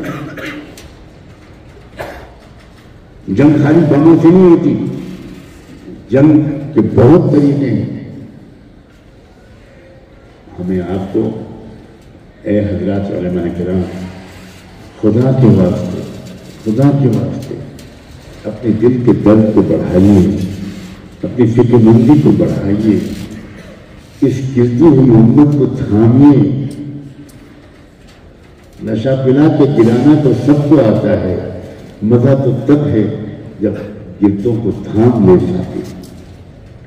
ہمارے نوجوان لڑکے اور لڑکیاں بہت خطرناک حالات میں. اچھے اچھے دیندار ہر سال تبلیغ میں 4 مہینے لگانے والے ایک ساتھی, ان کی بیوی ان کی بیٹی مرتد. کیا ہو رہا ہے ہمارے پاس؟ ہمارے نوجوان مدرسوں کے طلبہ کے اندر ایمانی اور علمی یہ روح پھونکی جانی چاہیے جیسے پہلے پھونکی جاتی.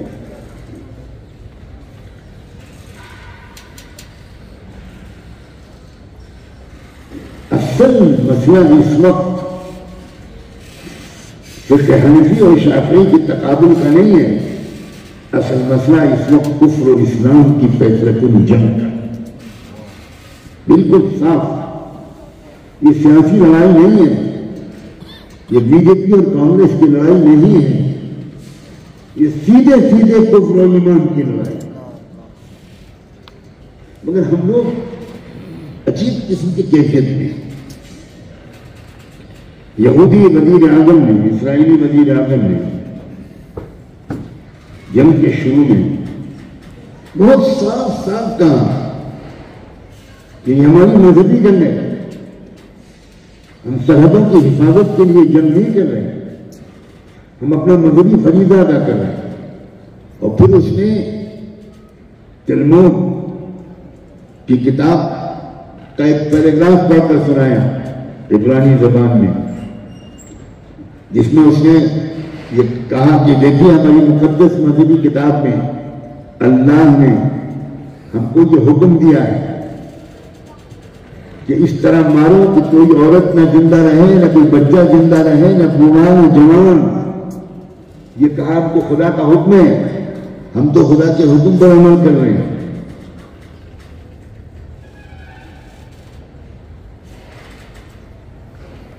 دل و جان سے اور روئے سے دعا نکلتی ہے ان عظیم جاباز نوجوانوں کے لیے, ان کی ماؤں کے لیے, ان کی بیویوں کے لیے, فیملیز کے لیے, جو پوری امت کی طرف سے اس وقت مسجد اقصی کی حفاظت کے لیے جانوں کا نذرانہ پیش کر رہے ہیں. لاکھوں سلام ہوں نوجوانوں پر. واللہ میں اعتراف کرتا ہوں اگر وہ مومن ہیں تو ہم مومن نہیں ہیں, ہم کچھ اور, ہم کچھ اور.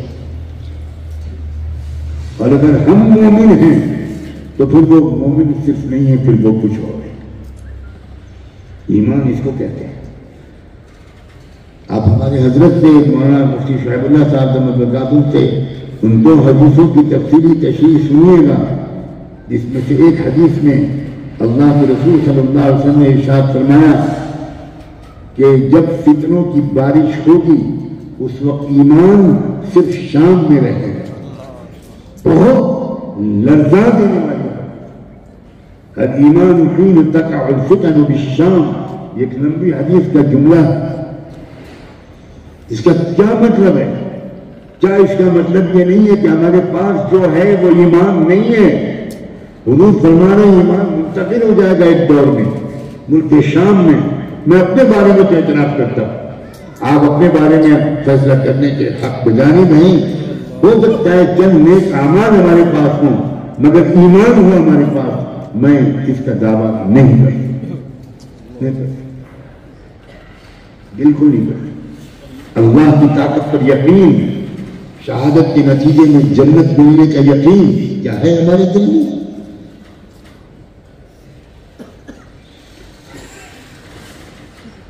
حق پر جمنے، کھل کر اپنی بات کہنے، نہ بلا خوف لومۃ لائم، جارحیت کا مقابلہ حکمت اور ہمت کے مجموعے سے کرنے کا رواج ہی ختم ہو گیا۔ ہم نام لیتے ہیں حضرت نانوتوی کا، تمہیں نام لینے کا حق ہے؟ حق ہے آپ کو نام لینے کا؟ حضرت نانوتوی سے بڑے عالم ہیں۔ حضرت نانوتوی چپ چاپ بیٹھے پڑھاتے رہتے ہیں، دعائیں کرتے رہتے جیسے ہم کر رہے ہیں، کیوں اتنے میدان میں؟ کیوں انہوں نے انگریز طاقتور ترین ایسی حکومت سے ٹکر لی اور لوہا لیا جس حکومت کے بارے میں ایک جملہ کہا جاتا ہے کہ the sun does not set in the British Empire، یعنی برطانوی سامراج کی حدود کے اندر سورج کبھی غروب ہی نہیں ہوتا، ادھر ڈوبے ادھر نکلے۔ اتنی وسیع رقبے پر برطانیہ کی حکومت تھی کہ اگر اس کے زیر حکومت چند ملکوں میں سورج ڈوبا تو وہ وہی سورج اسی کے زیر حکومت دوسرے ملکوں میں طلوع ہو رہا ہوتا تھا۔ اس حکومت سے ٹکر لی۔ ہم نام لیتے ہیں حضرت گنگوہی کا۔ حضرت گنگوہی کے ساتھی اللہ اکبر شامی کے میدان میں مٹھی پر جاباز انگریزوں کا پورا توپخانہ کھینچ لائے۔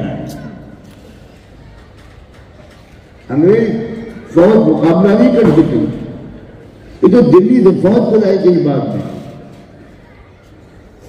اس نے قتل عام کیا۔ آپ بھی تھانہ بھون میں خانقاہ امدادیہ کی دیواروں پر آپ میں سے جتنے حضرات وہاں گئے ہوں گے وہاں توپ کے گولوں کے نشان آپ کی نظر آتے۔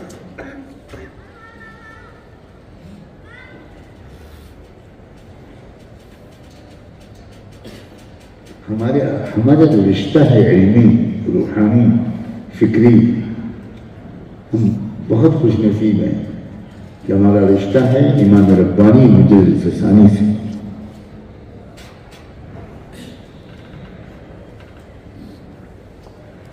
کیا ستم جھیلے انہوں نے،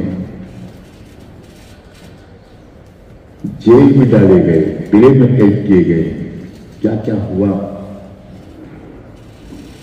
ہمارا رشتہ ہے حضرت امام شاہ ولی اللہ رحمۃ اللہ علیہ سے، جن کے ہاتھ کی انگلیاں توڑوا دی گئی۔ ہمارا رشتہ ہے حضرت شاہ عبدالعزیز سے، جنہوں نے برطانوی سلطنت کے دارالحرب ہونے کا فتویٰ جاری کیا۔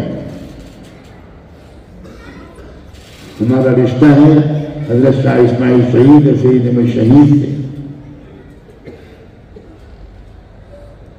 ہمارا رشتہ ہے حضرت حاجی عباد اللہ مہاجر مکی سے۔ ہمارا رشتہ ہے حضرت نانوتوی حضرت گنگوہی سے۔ کس مقام کے لوگ تھے،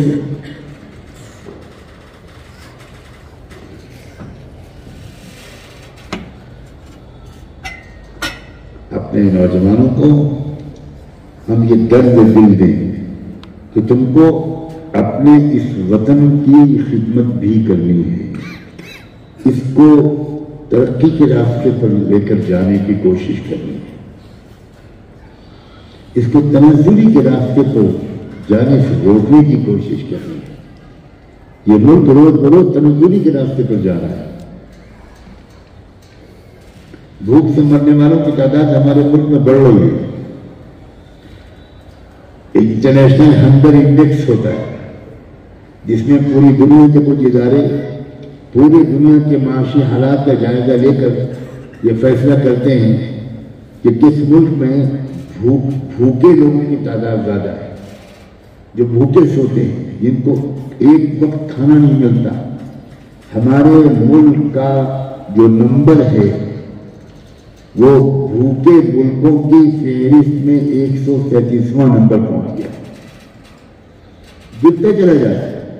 اب پاکستان ہم سے بہتر معاشی حالت میں، بنگلہ دیش ہم سے بہتر معاشی حالت میں، بھوٹان اور نیپال ہم سے بہتر معاشی حالت میں ہے۔ اب چاند پر چندریان 3 کو اتار دیا، پورے پبلک کو بیوقوف بنا دیا، اور ملک کے اندر یہ صورت حال ہے۔ ہماری یہ بھی ذمہ داری، میں نہیں مانتا کہ علماء کی ذمہ داری سے خارج ہے یہ بات، میں کسی قیمت پر ماننے کو تیار ہوں، ورنہ ہم اپنے آپ کو وارث نبوت نہیں کہہ سکتے۔ ہماری ذمہ داری بالکل ہماری ذمہ داری۔ کسانوں کے ساتھ کیا ہو رہا ہے اس ملک میں شاید ہم نے سب کو بالکل نہیں مانا۔ سارا غلہ محنت سے کسان اگا رہا ہے اور اس کو سستے اجباری داموں پر 1-2 ملک کے ارب پتی بڑے تاجر خرید رہے ہیں۔ وہ کسان جو عام منڈی میں اپنا غلہ بیچ سکتا تھا، قانون کے لحاظ سے اس کو اس حق سے محروم کر دیا گیا۔ کیا یہ ایسی چیز نہیں ہے کہ کم سے کم اس کے لیے دعا کریں؟ ہمارے بھی مزدوروں کے بارے میں پچھلے پارلیمانی اجلاس میں ایسے قانون پاس ہوئے ہیں کہ اللہ کی پناہ، پوچھیے مزدوروں سے تب کیا ہے۔ پہلے 8 گھنٹہ مزدوری کا وقت تھا، اب 12 گھنٹہ کر دیا گیا، اور منیمم ویج یعنی کم سے کم تنخواہ کی کم کر دی گئی، مزدوری کا وقت بڑھا دیا گیا۔ ضرور اسلام کا مقصد پوری انسانی برادری کو ظلم سے نکال کر انصاف کی ٹھنڈی چھاؤں میں لانا، یہ اسلام کے مقاصد میں سے اہم مقصد ہے۔ اور ہم کیوں ہم نے سمجھ رکھا ہے کہ ہماری ذمہ داری نہیں؟ مجھے واقعی نہیں سمجھنا۔ شیخ الاسلام حضرت مدنی نے اپنی ذمہ داری کیوں سمجھی؟ وہ بھی پڑھاتے رہتے، بہت بڑے محدث تھے۔ حکیم الامت حضرت اقدس ثانوی رحمۃ اللہ علیہ نے اپنی ذمہ داری کیوں سمجھی؟ بہت کم لوگوں کو معلوم ہے، بہت کم لوگوں کو معلوم ہے کہ اچانک حضرت ثانوی رحمۃ اللہ علیہ نے ایک دن حضرت مولانا شبیر عثمانی اور اپنے بھانجے حضرت مولانا ظفر احمد ثانوی، ان دونوں کو بلایا جو ان کے خاص اور خاص مشیر تھے۔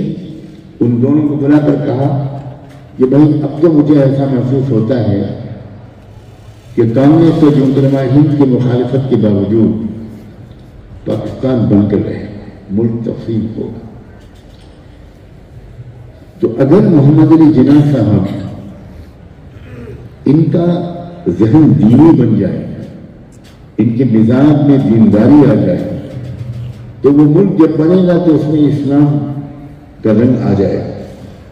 ورنہ اگر موجودہ رنگ ہی ان پر غالب رہا اور دین ان کی زندگی میں نہ آیا، تب تو پھر وہ ملک بہت دور چلے جائے گا اسلام سے۔ تو ان دونوں حضرات نے کہا کہ حضرت مناسب رائے معلوم ہوتی ہے، کیا کرنا چاہیے؟ حضرت فرمایا میرا ایک ارادہ ذہن یہ ہے کہ اگر آپ دونوں کو اتفاق ہو تو میں ایک خط لکھوں اور آپ دونوں جا کر جناح صاحب سے وقت لے کر ان سے ملاقات کریں اور میرا یہ خط پہنچائیں۔ حضرت تھانوی جیسا مشغول ترین انسان، ایسا جوشنشی اور یکسو انسان، 1200 کتابوں کا مصنف، ہزاروں کا تزکیہ کرنے والا روحانی امام وہ نظر رکھ رہا ہے ملکی حالات پر، اور رسول اللہ صلی اللہ علیہ وسلم کی سنت پر عمل کر کے خط لکھ رہا ہے۔ اور یہ صاحب، یہ دونوں حضرات ایک اور صاحب کی معیت میں جن کا جناح صاحب سے تعلق تھا اور حضرت تھانوی سے بیعت ہو چکے تھے، تو ان کو ساتھ لے کر جناح صاحب کے پاس گئے، وقت مقرر پر پہنچے، جناح صاحب باہر آئے، بڑے احترام سے ان لوگوں کو بٹھایا، کیا سمجھائیے کیسے آنا ہو۔ تو ان حضرات نے حضرت تھانوی کا خط ہمارے کیا کہ ہم لوگ حضرت کے حکم سے یہ خط لے کر آپ کے پاس آئے۔ میں نے وہ خط الفرقان میں شائع کیا کئی سال۔ جناح صاحب نے بڑے احترام سے وہ خط پڑھا اور بہت ہی احترام سے اس خط کے پاس رکھ لیا۔ اب ان دونوں حضرات نے کہا کہ ہم کچھ بات بھی کرنا چاہیں گے۔ جی فرمائیے۔ ان دونوں نے کہا، متکلم غالباً مولانا ظفر احمد تھانوی تھے، کہ آپ اسلام کے نام پر تحریک چلا رہے ہیں اور آپ کے جلسوں میں ایک وقت کی بھی نماز نہیں ہوتی، یہ کون سا اسلام ہے جس کی آپ کوشش کرتے ہیں؟ تو جناح صاحب نے ایک جواب دیا جو عام طور پر یہ طبقہ پہل دیتا ہے۔ جواب تو یہ تھا کہ میری سمجھ میں نہیں آتا کہ کون سی نماز پڑھی جائے، سنیوں والی، وہابیوں والی، شیعوں والی، کون سی نماز پڑھی جائے؟ اس وجہ سے میں کوئی نماز جلسے میں نہیں پڑھا۔ یہ ہمارے حضرات اکابر داعی اسلام تھے۔ انہوں نے فوراً جواب دیا، آپ خود جو نماز پڑھنا صحیح سمجھتے ہیں آپ خود تو پڑھیے، چھوڑیے پڑھنے کو۔ آپ جس طریقے پر نماز پڑھنا آپ صحیح سمجھتے ہیں اس طریقے پر آپ نماز اس سے پر پڑھیے، اور جب آپ کو نماز پڑھتا ہوا لوگ دیکھیں گے تو اور بھی لوگ پڑھیں گے۔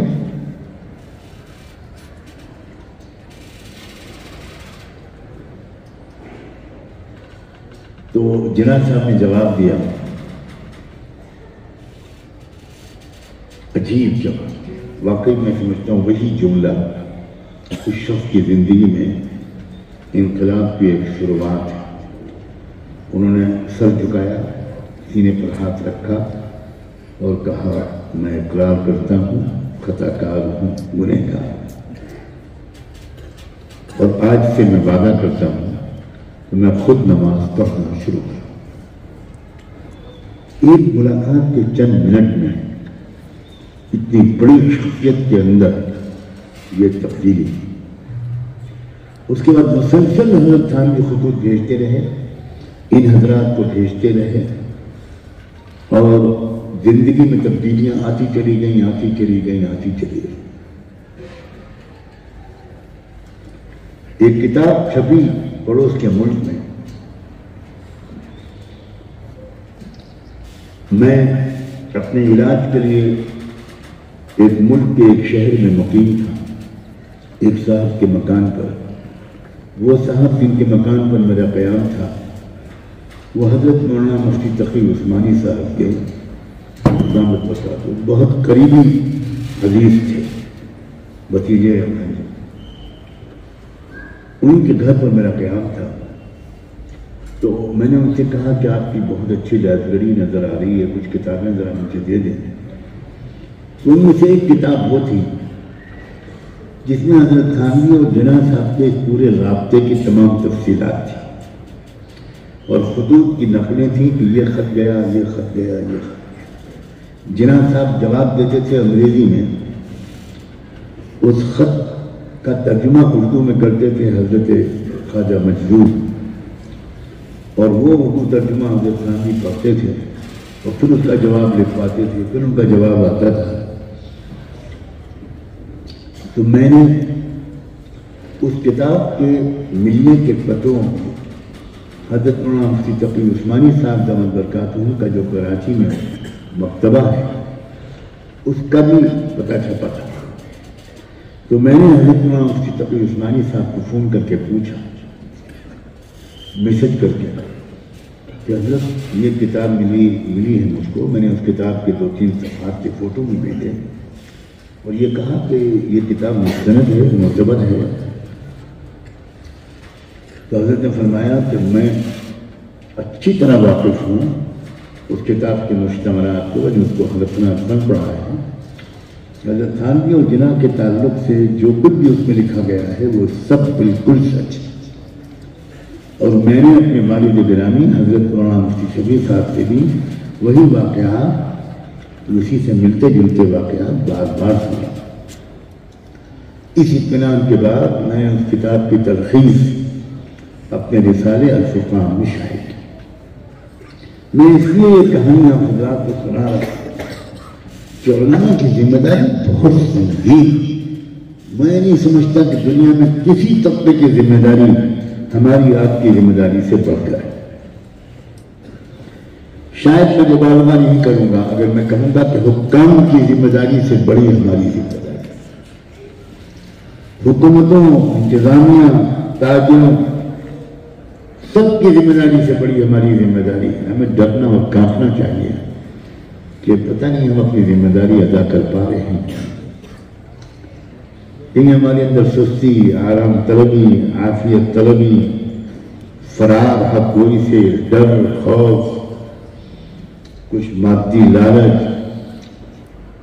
کہیں منافع کا حصول، نجی مفادات کو ترجیح، یہ کہیں یہ بیماریاں ہم کو لگ تو نہیں. کہیں ہمارا زہد و استقلام جو ہمارے اکابر کی پہچان تھا وہ کہاں چلا گیا؟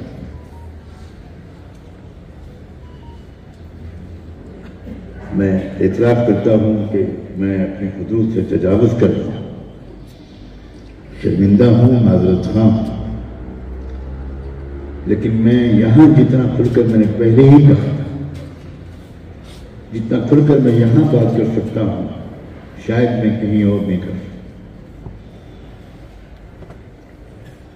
اللہ کے واسطے عزیز طلبہ سے بھی کہتا ہوں، رو رو کر ابھی سے دعائیں مانگو کہ اللہ ہم کو عالم ربانی بنا دے، اللہ ہم کو عالم باعمل بنا دے، اللہ ہم کو اس قرآن و سنت کا گہرا علم تفقہ فی الدین دے،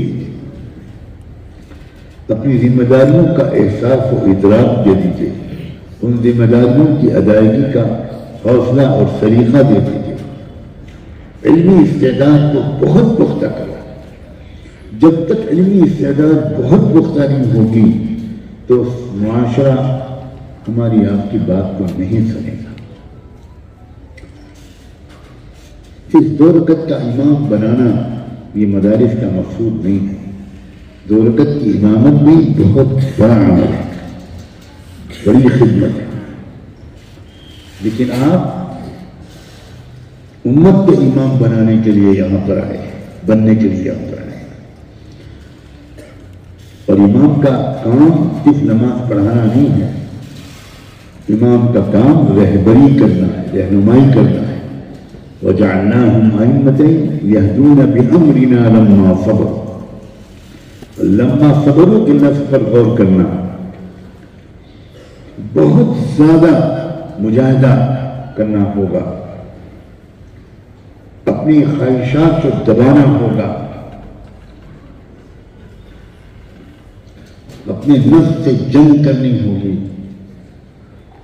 علم پر محنت، تقوی پر محنت، نماز پر محنت، رکوع سجدے پر محنت، ہر چیز پر بہت زیادہ محنت کرنی ہوگی، تب وہ مقام حاصل ہوگا.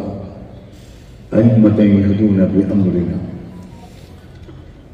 ایک ایک لفظ پر میں تو یہ بھی گزارش کروں گا کہ آپ جو قرآن کی تلاوت کرتے ہیں اس کے ساتھ ایک آیت یا 2 آیت کو ایسی اس پر غور کرنے کی عادت ڈالیں ابھی سے. تلاوت آپ پورے پارے کی کریں، آدھے پارے کی کریں، جیسے آپ کو آپ کے اساتذہ بتائیں، لیکن تلاوت کے علاوہ ایک آیت یا 2 آیت پر ذرا طویل غور و فکر کریں 10-15 منٹ ہے. حضرات علماء سے بھی گزارش کرتا ہوں, حدیث طلبہ سے بھی کہتا ہوں, ہمارے بزرگوں نے قرآن مجید کے ترجمے کیوں کی ہیں؟ ابھی شروع میں ترجمے کی مدد سے ہی آپ سمجھیے قرآن کو, اور ترجمہ پڑھیے, پھر مختصر سی تفسیر پڑھیے, اور اس کے بعد 2-4 منٹ دعا کیجیے اللہ سے کہ اللہ اس آیت میں جو فرمایا ہے آپ نے, کہیں توکل, کہیں تقوی, کہیں اخلاص, کہیں استغنا, کہیں مجاہدہ, کہیں قربانی, ہر جگہ کچھ نہ کچھ ہدایت ہے. تو اللہ یہ جو آپ نے اس آیت میں نصیحت ہدایت فرمائی, حکم دیا ہے, اللہ اپنے اس کمزور بندے کو اس پر عمل کی توفیق دے. یہ انداز قرآن کے ساتھ تعامل کا اختیار کریں. اللہ تعالیٰ سب کو توفیق عطا فرمائے, ایک ایک لمحے کی قدر کی توفیق عطا فرمائے. یہی وقت ہے بننے کا عزیز طلبہ, یہی وقت, آپ ٹالیں نہیں, یہی وقت ہے. جتنی سخت محنت اس وقت آپ کر رہے ہیں اتنا ہی میٹھا پھل آپ آئندہ زندگی میں کھائیں گے. میں اکثر کہا کرتا ہوں کہ وہ طالب علم جس کو بار بار یہ سمجھانا پڑے کہ بھائی ذرا کم سویا کرو, کم کھیلا کرو, پڑھائی کی طرف توجہ بڑھاؤ, وہ طالب علم آگے جا کر کوئی خاص امتیازی مقام حاصل نہیں کر پاتا. وہی طالب علم امتیازی مقام حاصل کر پاتا ہے جس کو بار بار اس کے والدین یا اس کے اساتذہ یا اس کے نگراں بار بار یہ کہیں کہ بھائی کچھ سویا بھی کرو, تم ہر وقت پڑھتے رہتے ہو, تھوڑا سا کھیلا بھی کرو, تم ہر وقت پڑھتے رہتے ہو. یہ مناسب نہیں. جب تک جنون نہیں ہوگا آپ کو پڑھنے کا پڑھنے کا پڑھنے کا, کتابوں سے عشق نہیں ہوگا, تو کیسے آپ رسوخ فی العلم آپ کے پاس آئے گا؟ اور جب تک رسوخ فی العلم اور استحضار قرآن آپ کو نہیں ملے گا, آپ قوم کی رہبری مطلوب معیار کے مطابق نہیں کر پائیں گے. بس میں انتہائی ممنون مشکور بھی ہوں, معذرت خواہ بھی ہوں کہ میں اپنے ارادے کے خلاف ایک طویل گفتگو کی, لیکن میں کیا کروں, میر جمع ہے احباب درد دل کہہ لے, پھر رہے التفات دل دوستاں رہے نہ رہے. جزاکم اللہ وبارک فیکم ونفع بكم الإسلام والمسلمين. السلام عليكم.